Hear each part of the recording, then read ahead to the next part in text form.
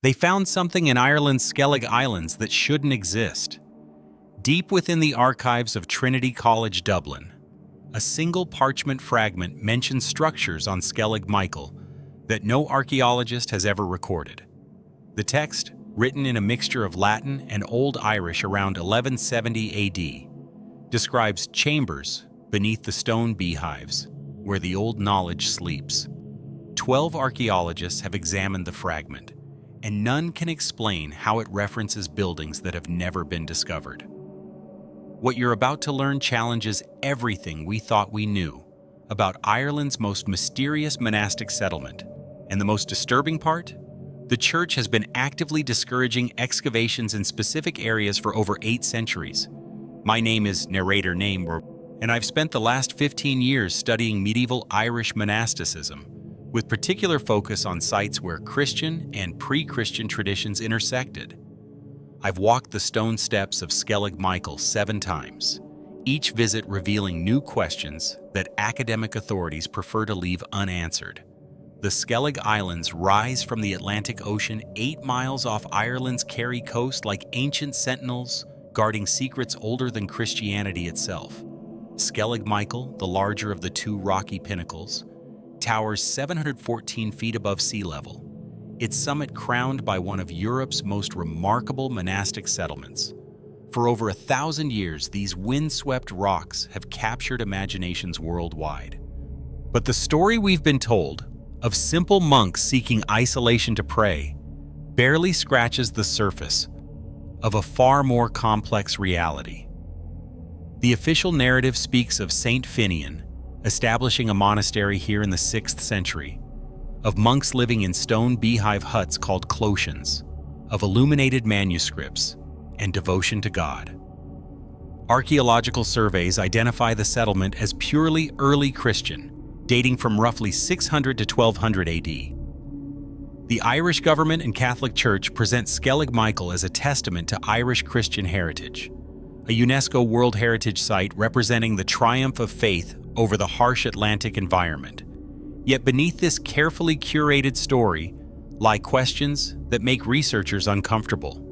Why do some structures show architectural techniques unknown elsewhere in early medieval Ireland? Why do radiocarbon dates from certain areas predate the supposed founding by centuries? Why have church authorities consistently opposed deeper archaeological investigation of specific zones? Why do medieval texts reference forbidden knowledge hidden on the island?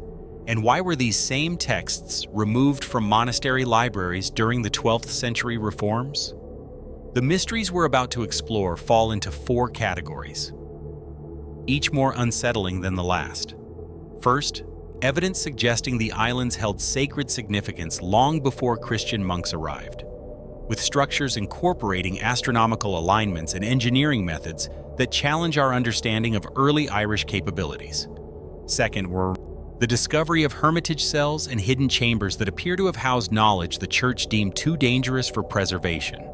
Third, the true reason for the monastery's abandonment around 1200 AD, which involved more than Viking raids and changing religious practices. Finally, the systematic removal of texts and artifacts that documented whatever was really happening on these isolated rocks. These aren't theories born of imagination or popular conspiracy. They emerge from careful examination of archaeological anomalies, analysis of suppressed historical documents, and patterns of institutional behavior spanning nearly a millennium. The Church's modern cooperation with tourism and heritage management masks a deeper reluctance to allow the kind of comprehensive excavation that might reveal how Christianity adapted to or suppressed far older spiritual traditions. Understanding the Skellig Islands requires acknowledging that early Irish Christianity was unlike its Roman counterpart. Irish monasticism embraced mystical practices, preserved pre-Christian learning, and often incorporated elements the Roman Church considered heretical.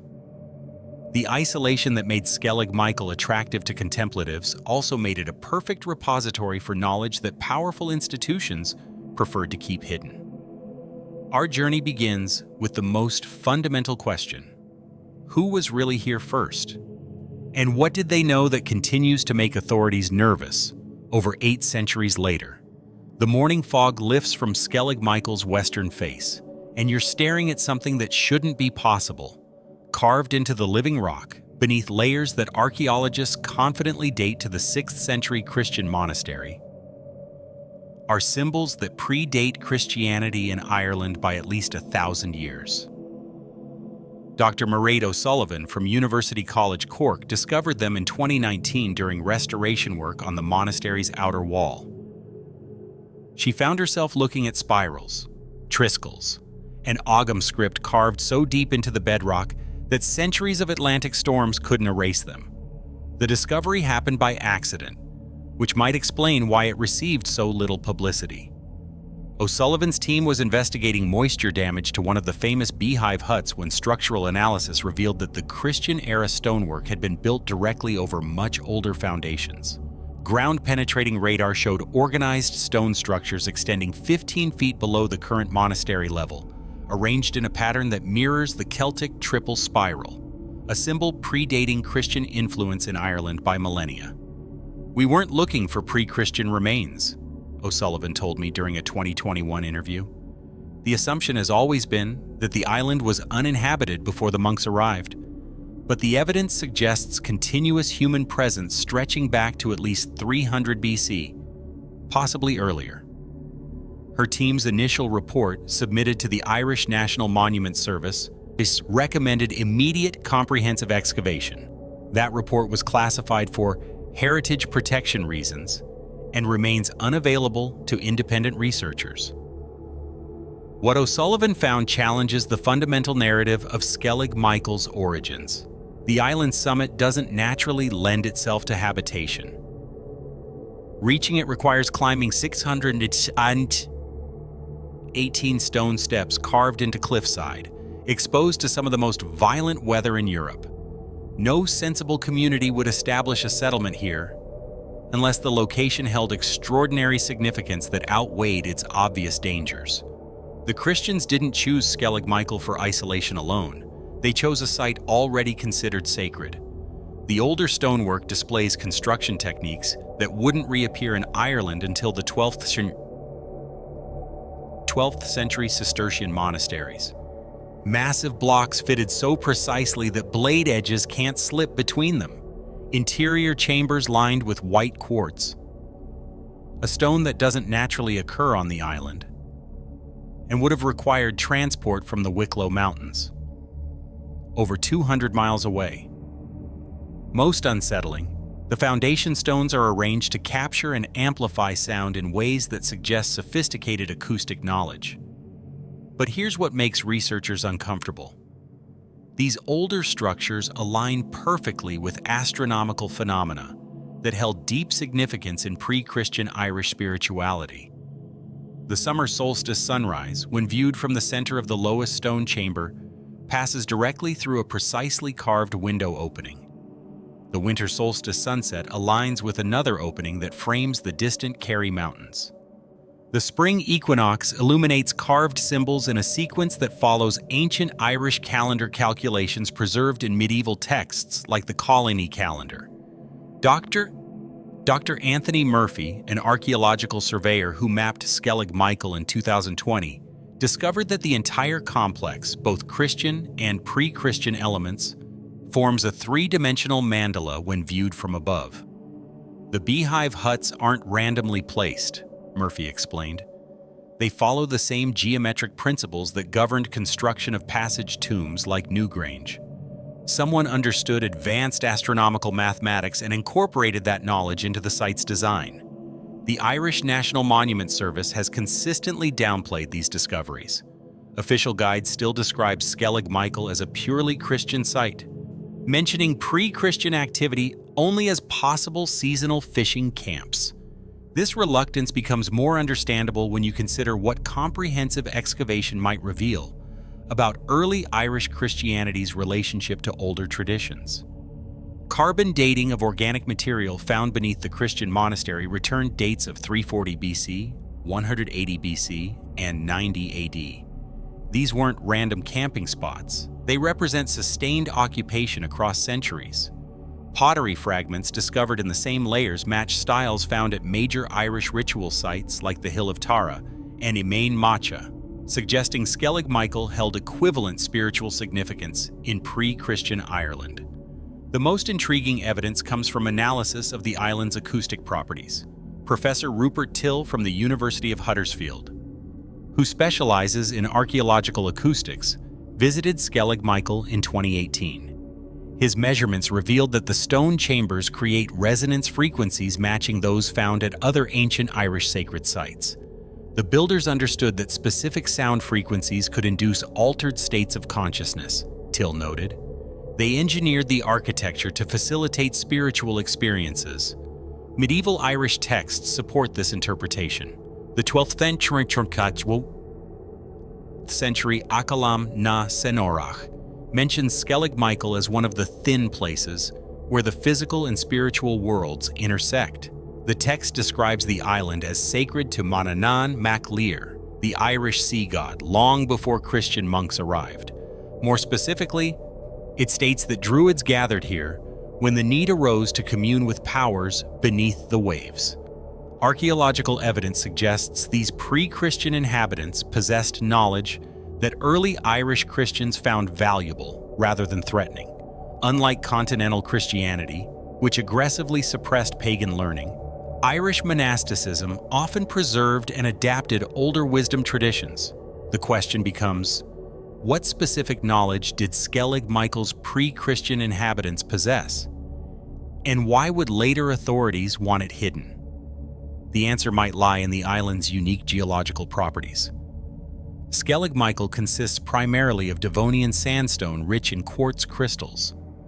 Recent studies of similar formations worldwide have identified piezoelectric properties, the ability to generate electrical charges under pressure.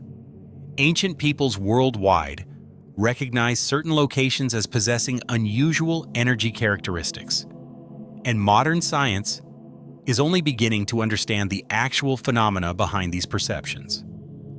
Now, I want to know what you think about this next detail, because it's the one thing that keeps archaeologists awake at night. Core samples taken from beneath the monastery have revealed layers of ash and charcoal dating to regular intervals between 350 BC and 450 AD. Evidence of ritual fires maintained for 8 centuries before Christians arrived. The ash contains residues of plants not native to Ireland, including frankincense and substances that match descriptions of materials used in ancient mystery schools throughout the Mediterranean world. Does this remind you of anything you've seen or heard about? Let me know, because every perspective helps piece together this puzzle. The implications are staggering. Skellig Michael wasn't just a pre-Christian sacred site, it was apparently connected to broader networks of ancient knowledge exchange. The presence of exotic substances suggests contact with Mediterranean mystery traditions centuries before Christianity officially reached Ireland. This raises uncomfortable questions about what early Irish monks actually inherited when they established their monastery on these ancient foundations. Contemporary church authorities seem aware of these implications. Recent applications for research permits to conduct subsurface investigations have been denied, with officials citing preservation concerns. Yet the same authorities readily approve surface restoration projects that carefully avoid areas where pre-Christian evidence might be most concentrated. The pattern suggests deliberate limitation of archaeological inquiry. The pre-Christian foundation mystery reveals Skellig Michael as a palimpsest, a site where successive spiritual traditions built upon earlier ones, each layer preserving and transforming knowledge from before. The Christian monks didn't conquer a pagan site. They inherited a complex spiritual technology developed over centuries.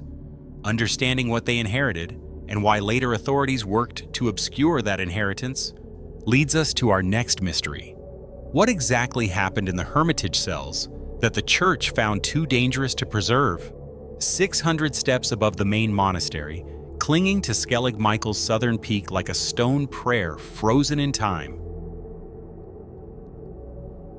stands the Hermitage of the South Peak. Official archaeological surveys describe it as a late addition to the monastery, perhaps built in the 10th century for monks seeking even greater isolation than the main settlement provided. But Dr. Jenny White Marshall, who led the most comprehensive study of the Hermitage in 1995, discovered evidence that this seemingly simple retreat concealed sophisticated intellectual activity that someone worked very hard to erase from history. The Hermitage consists of 2 connected stone cells and a small oratory, all built using the same dry stone technique as the beehive huts below. What sets it apart is its position, deliberately placed at the island's highest accessible point, above the cloud line on most days, with unobstructed views of the horizon in every direction. This wasn't just about spiritual isolation. The Hermitage was perfectly positioned for astronomical observation and long-distance communication, activities that required knowledge far beyond what medieval monasteries typically possessed. Dr. White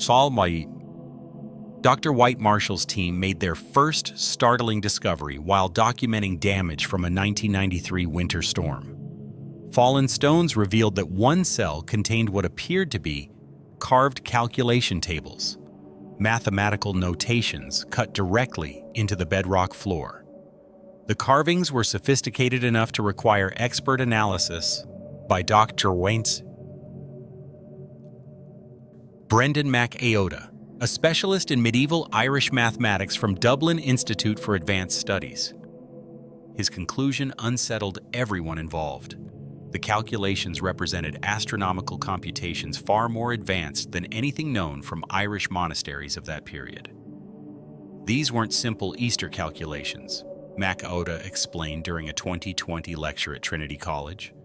The mathematics indicated someone was tracking planetary movements, calculating eclipse cycles, and performing longitude calculations that wouldn't officially appear in European astronomy until the Renaissance. The carved tables included symbols that matched notations found in Arabic astronomical texts of the same period, suggesting knowledge exchange that official histories insist didn't occur. The second cell yielded even stranger evidence. Beneath layers of fallen stones, archaeologists discovered a circular chamber cut directly into the bedrock, lined with white quartz, and designed to capture rainwater in patterns that created reflecting pools. Analysis of mineral deposits in these pools revealed they had been used continuously for over 4 centuries, far longer than the official timeline of monastic occupation. More puzzling, chemical analysis detected traces of substances that don't occur naturally in Ireland, metallic salts and organic compounds consistent with materials used in medieval alchemy. The Hermitage's most unsettling secret emerged during ground-penetrating radar surveys. Hidden beneath the oratory floor, researchers identified a sealed chamber containing what appeared to be stacked rectangular objects, almost certainly books or manuscripts.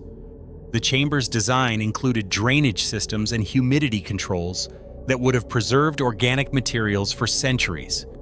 Despite repeated requests, church authorities have refused permission to open this chamber, citing structural integrity concerns that engineering assessments don't support. Medieval texts provide clues about what the Hermitage really contained. The 12th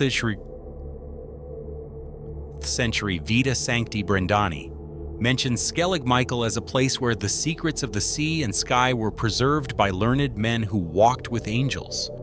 More specifically, the Annals of Innisfallen record that in 1044, the books of hidden wisdom were taken from the high place of Skellig Michael during church reforms that sought to standardize religious practices across Ireland.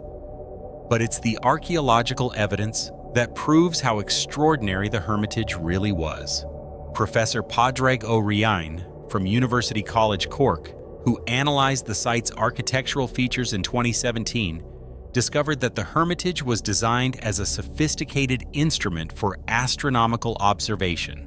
Stone markers align with significant stars and constellations, window openings frame important celestial events, and the overall layout matches descriptions of celestial calculators built by medieval Islamic astronomers. The Hermitage wasn't just a retreat, O'Ryan concluded. It was an observatory and calculation center that required mathematical knowledge that supposedly didn't exist in medieval Ireland. Someone here was conducting advanced astronomical research centuries before such knowledge officially reached Northern Europe. His findings, published in the Journal of Irish Archaeology, suggested the Hermitage inhabitants had access to Arabic astronomical texts through trade networks that Ireland allegedly didn't participate in during the early medieval period. The mystery deepens when you consider the Hermitage's communication capabilities. From its elevated position, observers could maintain visual contact with the Kerry mainland using fire signals or polished metal mirrors. Stone platforms with ash residues suggest systematic signaling activities, while carved symbols match notations found at similar elevated sites across Celtic Ireland. The Hermitage wasn't isolated. It was connected to broader networks of information exchange. Research by Dr. Cleona Ní Leonine from the School of Celtic Studies has revealed that early Irish monasteries often functioned as centers of learning that preserved pre-Christian knowledge alongside Christian teachings. Irish monks were famous throughout medieval Europe for their scholarship in mathematics, astronomy, and natural philosophy. What made the Skellig Hermitage different was its apparent focus on knowledge that later church authorities considered dangerous or heretical. The evidence suggests the Hermitage specialized in what medieval texts call the hidden wisdom, knowledge that included advanced mathematics, astronomical calculations, alchemy, and possibly healing practices derived from observation of natural phenomena. Irish monasticism's unique character allowed for preservation of learning that continental Christianity had rejected, but this tolerance had limits. By the 12th century, church reforms demanded conformity to Roman practices, and sites like the Skellig Hermitage represented embarrassing reminders of Irish Christianity's independent traditions. Here's where it gets strange, and I mean really strange. Analysis of the Hermitage's stone construction revealed that builders incorporated meteorite fragments into the mortar, extraterrestrial material that would have been incredibly difficult to identify and collect in medieval Ireland. The meteorite iron contains trace elements that create electromagnetic properties, suggesting the builders understood that certain materials could enhance the Hermitage's function as an astronomical observation platform. Some viewers have pointed out similarities to stone circles that incorporate unusual minerals, but I'm not convinced the connection is coincidental. What patterns do you see here? Your observations might catch something researchers missed. The systematic removal of evidence from the Hermitage began in the 12th century and continued through the 19th century.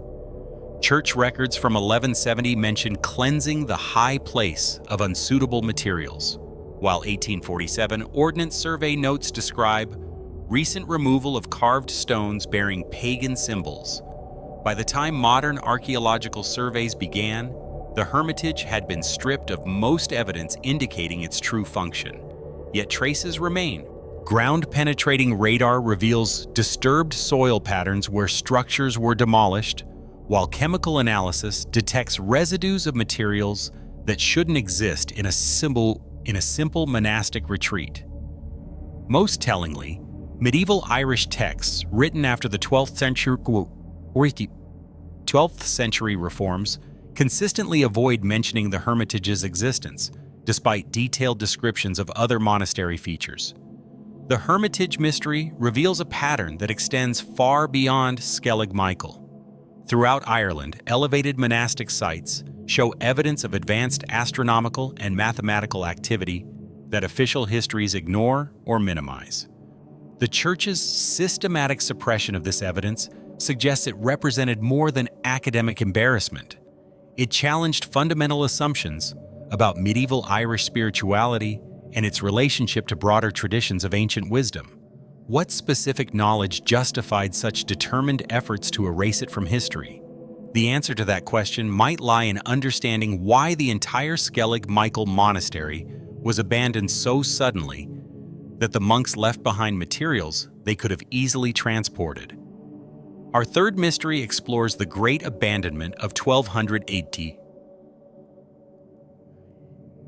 when one of Ireland's most important monastic centers became a ghost town overnight. On a winter morning in 1200 AD, Skellig Michael's monastery fell silent. After 6 centuries of continuous habitation, the monks simply vanished, leaving behind illuminated manuscripts half-finished on their writing desks, meals partially prepared in the refectory, and personal belongings that suggest they intended to return. Archaeological evidence indicates the abandonment happened within days, possibly hours, yet no medieval chronicle explains why one of Ireland's most prestigious monasteries was evacuated so abruptly. The official explanation, Viking raids and church reforms, collapses under scrutiny when you examine what the monks actually left behind and why church authorities moved so quickly to seal the site. Professor Michael Ryan from the National Museum of Ireland, who conducted the first comprehensive archaeological survey of abandonment evidence in 1987, discovered that Skellig Michael's evacuation bore no resemblance to documented Viking attacks on other Irish monasteries. Vikings typically carried away anything valuable, especially metalwork and manuscripts. They also left clear signs of violence: burned buildings, scattered bones, and damaged stonework. None of these indicators appear on Skellig Michael. Instead, the evidence suggests carefully planned evacuation, with specific items removed while others were deliberately left behind. The monastery's church contains the most puzzling evidence. Analysis by Dr. Ragnall O'Flohan revealed that the altar had been systematically dismantled, with certain stones removed while others remained in place.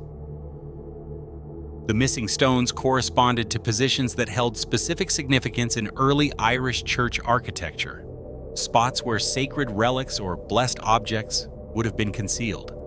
More intriguingly, chemical analysis of the altar's remaining elements detected mercury residues, a substance used in medieval alchemy, but never in standard religious practices.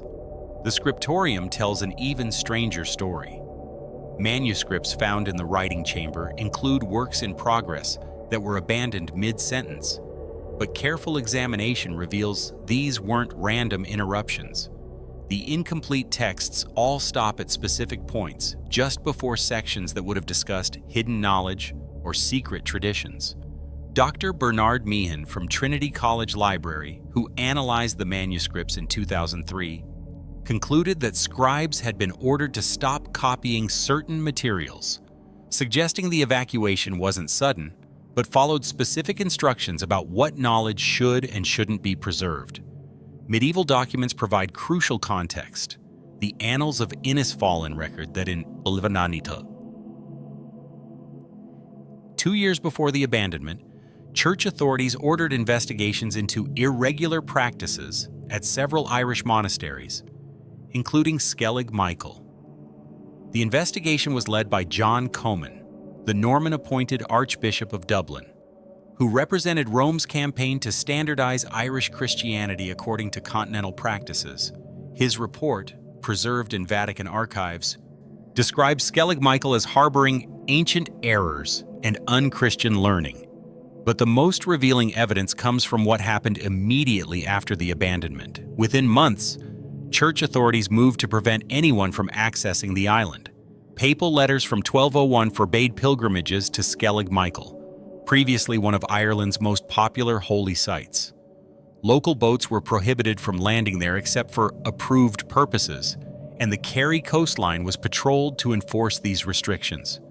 This wasn't protection of an abandoned site. It was active suppression of access to something the church considered dangerous. Archaeological evidence suggests the monks didn't simply leave. They were systematically removing materials over several months before the final evacuation. Soil analysis around the monastery reveals repeated disturbance patterns indicating organized excavation of buried items. Ground-penetrating radar shows empty chambers beneath several buildings where materials had clearly been stored and then removed. Most tellingly, the hermitage on the South Peak shows signs of complete clearance, with every portable item removed down to metal fixtures that would have required tools to extract. The mystery deepens when you consider what the monks chose to leave behind. Personal items of no monetary value, combs, simple eating utensils, everyday clothing, were abandoned, while religious objects that should have held spiritual significance also remained. This pattern suggests the evacuation priorities focused on removing specific types of knowledge or materials rather than protecting general monastery property. Someone made careful decisions about what was too dangerous to leave and what was safe to abandon. Dr.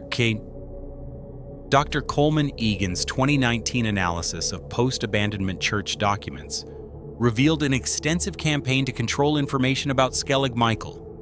References to the monastery were systematically removed from subsequent copies of Irish annals.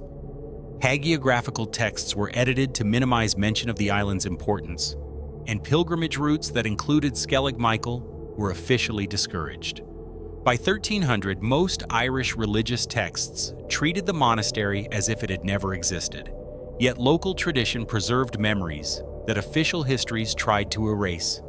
Kerry folklore consistently describes 1200 AD as the year the holy men took the sacred fire away from the sea rocks. Gaelic songs speak of boats leaving Skellig Michael, heavy with the weight of hidden gold, though gold artifacts have never been found in archaeological excavations. These traditions suggest the local population understood that something significant was being removed from the island, something valuable enough to justify the monastery's complete abandonment. The true scale of the suppression becomes clear when you examine what happened to Skellig Michael's intellectual legacy. Before 1200, Irish manuscripts frequently cited texts and teachings associated with the island's scholars. After the abandonment, these citations disappear from new works, while existing manuscripts were edited to remove Skellig references. The monastery's scholarly reputation, built over centuries, was systematically erased from Irish intellectual history. This next part changed my entire perspective on ancient Ireland. Ground-penetrating radar surveys conducted in 2020 revealed that the evacuation included removal of materials from underground chambers that don't appear on any historical plans. These chambers, accessed through hidden entrances beneath the main monastery buildings, were large enough to house extensive libraries or workshops. Soil analysis shows they contained organic materials, probably books and parchments, for centuries before being emptied around 1200 AD. I've shown this to colleagues and gotten completely different reactions every time. What's your gut instinct telling you about this? The most unsettling aspect of the Great Abandonment is how thoroughly it worked. By 1400, Skellig Michael had become a minor pilgrimage site visited by fishermen seeking blessing for safe voyages, with no memory of its former importance as a center of learning. The sophisticated astronomical and mathematical knowledge preserved there disappeared so completely that modern archaeologists only rediscovered evidence of it through advanced surveying techniques. Church records from the 13th century provide final clues about the evacuation's true purpose. Letters between Irish bishops and Rome consistently refer to the need for correcting Irish errors and purifying irregular traditions. Skellig Michael is specifically mentioned as a source of teachings that contradict proper Christian doctrine, though the letters never specify what those teachings involved. The consistency of this language suggests coordinated effort to eliminate specific knowledge traditions while maintaining the appearance of routine church reform. The Great Abandonment wasn't unique to Skellig Michael. Similar evacuations occurred at other isolated Irish monasteries around the same time, all sites known for preserving pre-Christian learning alongside Christian teachings. The pattern suggests a broader campaign to eliminate knowledge that the Reformed Church considered threatening, incompatible with standardized Christian doctrine, or too connected to Ireland's pagan past. What knowledge could have been so dangerous that it justified abandoning one of Ireland's most important monasteries? The answer to that question brings us to our final mystery: the systematic removal of texts and artifacts that documented whatever was really happening on these isolated rocks, and the modern church's continued reluctance to allow comprehensive archaeological investigation of what remains hidden beneath Skellig Michael's ancient stones. In the depths of Trinity College Dublin's manuscripts collection sits a catalog that shouldn't exist, compiled in 1199 by Brother Columba of Skellig Michael, just 1 year before the monastery's abandonment. It lists 347 texts housed in the island's library, including 89 works that no scholar has ever seen. The catalog describes treatises on the mathematics of the spheres, the healing properties of sea stones, and the ancient wisdom of the Western Islands, alongside detailed astronomical calculations and what appear to be alchemical formulas. When church reformers evacuated Skellig Michael in 1200, these texts vanished completely, beginning a pattern of systematic suppression that continues to this day. Dr. Padraig O'Neill from University College Cork discovered the catalog in 2015 while researching Irish monastic libraries for a completely different project. Hidden within a collection of seemingly routine administrative documents, the manuscript had been misfiled so thoroughly that it took advanced paleographic analysis to identify its true significance. The catalog reveals that Skellig Michael possessed one of the most comprehensive libraries in medieval Ireland, O'Neill explained. But 89 of the works listed don't appear in any other Irish monastery catalog, suggesting they represented unique knowledge traditions that existed nowhere else. The lost texts fall into specific categories that explain why church authorities found them threatening. Mathematical treatises described advanced astronomical calculations, including methods for determining longitude that wouldn't officially be developed until the 18th century. Medical texts detailed healing practices that combined Christian prayer with herbal knowledge derived from Celtic traditions. Most controversial were works on natural philosophy that approached what modern science would recognize as experimental methods centuries before the scientific revolution. Contemporary church documents reveal active campaigns to locate and destroy these materials.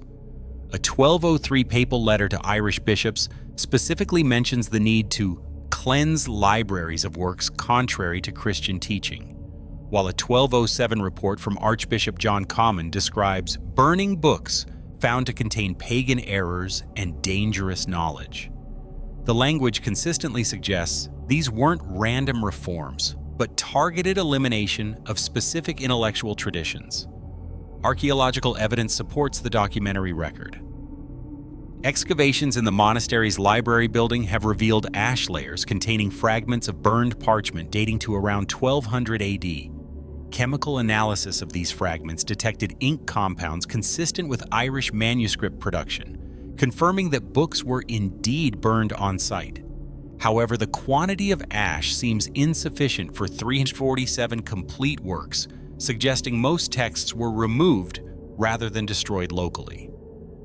The mystery deepens when you trace what happened to Skellig Michael's scattered intellectual legacy.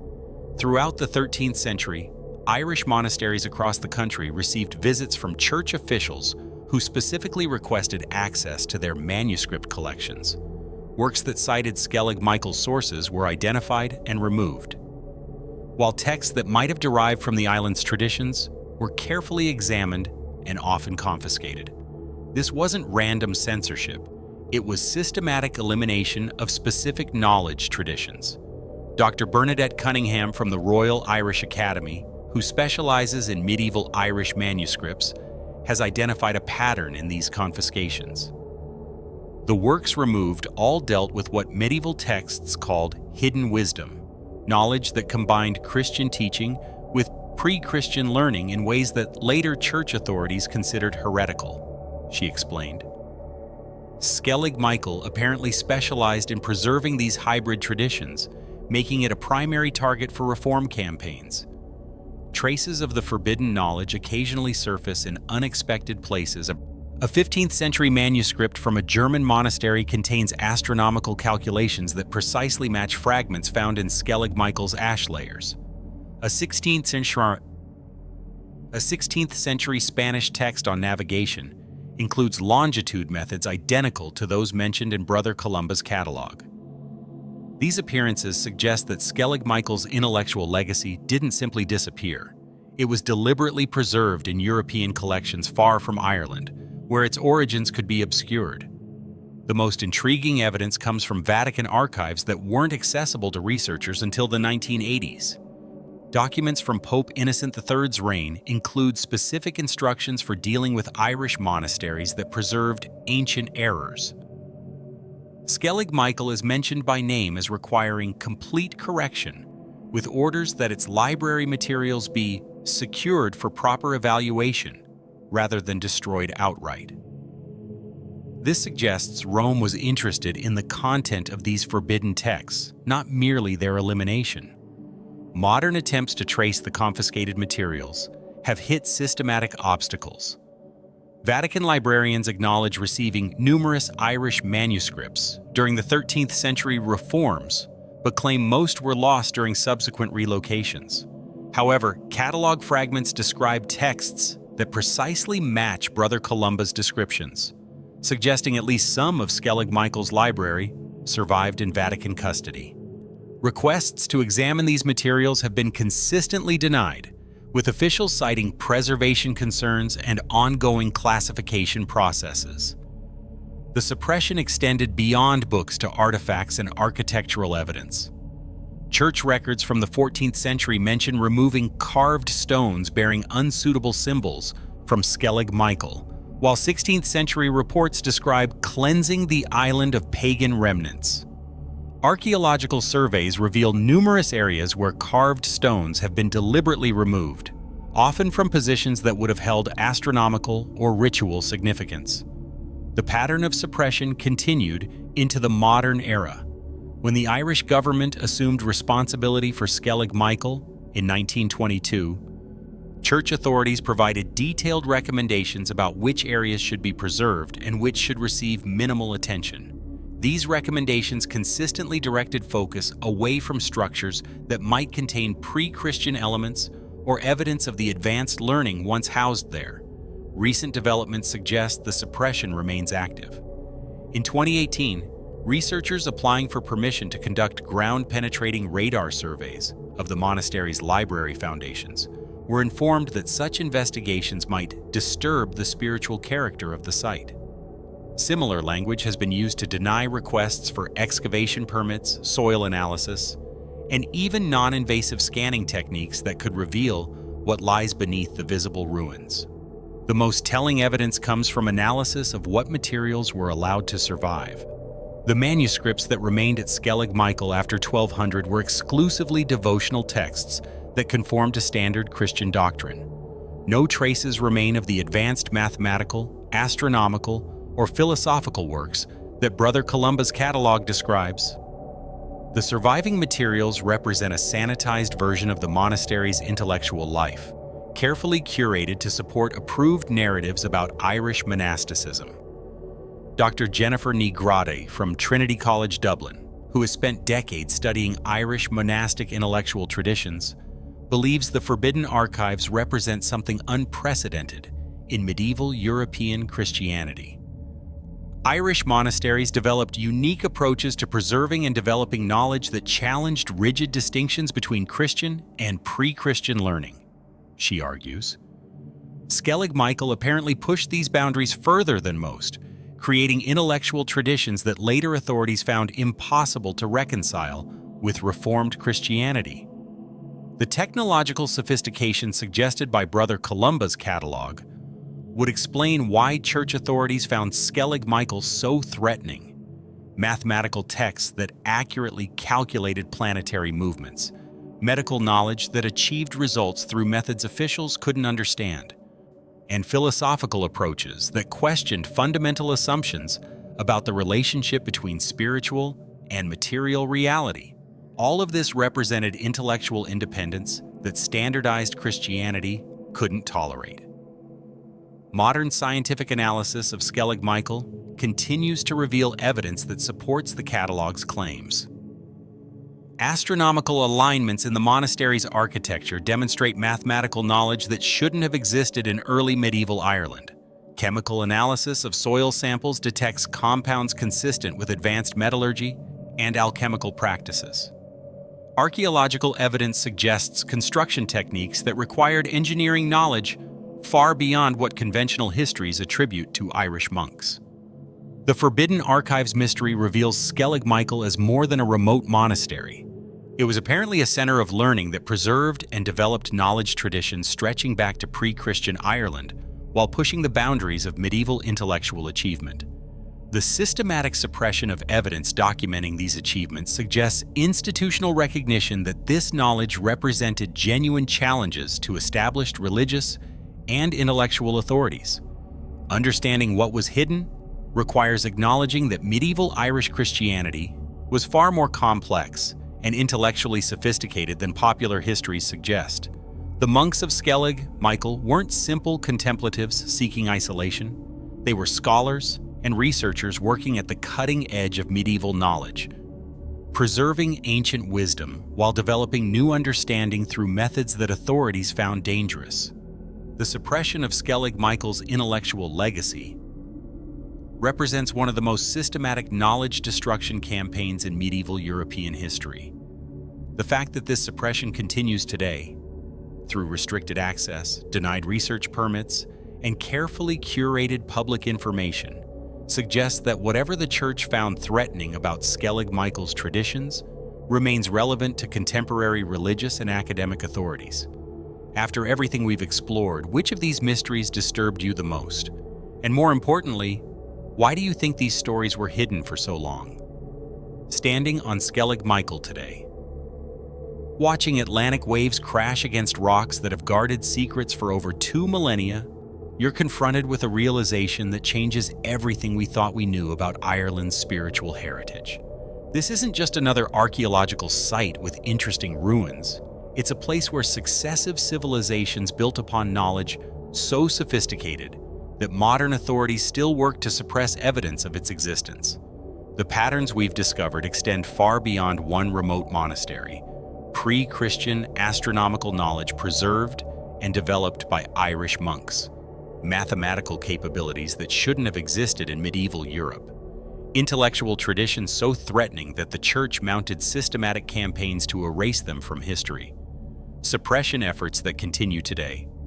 8 centuries after the original cover-up began, Skellig Michael represents something unprecedented in European religious history, a place where ancient wisdom traditions survived, evolved, and flourished under Christian protection, until authorities decided that preservation of such knowledge posed unacceptable challenges to standardized doctrine. The Irish monks who inhabited these windswept rocks weren't just preserving manuscripts. They were developing hybrid intellectual traditions that combined the best of multiple knowledge systems.